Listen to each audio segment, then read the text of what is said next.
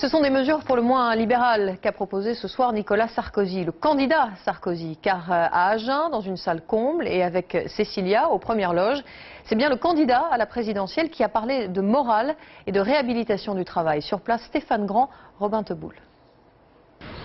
Sa garde rapprochée au grand complet. Des petits signes comme ça qui ne trompent plus beaucoup. Il a beau le cacher encore, mais Nicolas Sarkozy est sur orbite. Orbite présidentielle, bien sûr. Le décorum est planté. 5000 sarcomaniaques survoltés. Johnny Hallyday en fond sonore. Ambiance musclée. Et une réapparition féminine. Cécilia Sarkozy est de retour. Pour le reste, comme d'habitude au pays de l'UMP version Sarkozy, d'abord on dresse un bilan des années Chirac où l'on pointe malicieusement tout ce qui s'est fracturé. La fracture sociale s'est transformée en désintégration sociale. Comment s'étonner que toute la société se raidisse?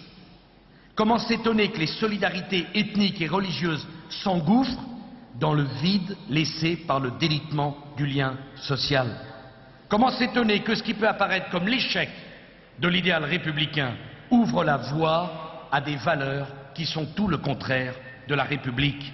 Et comme il n'est pas encore officiellement candidat, il présente par avance une partie de son programme, où le travail et l'emploi sont les pierres angulaires. Thèse libérale contre projet socialiste. Nicolas Sarkozy enterrerait bien les 35 heures, un mur économique et social, dit-il, coupable d'une France en panne. Je propose de redonner du pouvoir d'achat, parce que plus de pouvoir d'achat, c'est plus de motivation, c'est plus de productivité, c'est plus de consommation, et au bout du compte, c'est plus de croissance, donc plus de travail et plus d'emploi. Les socialistes proposent de travailler moins, je propose de gagner davantage en travaillant plus.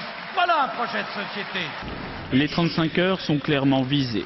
Le peuple UMP s'époumonne. Son projet présidentiel se dévoile, plutôt prévu d'ailleurs, car talonné voire dépassé dans les sondages par Ségolène Royal.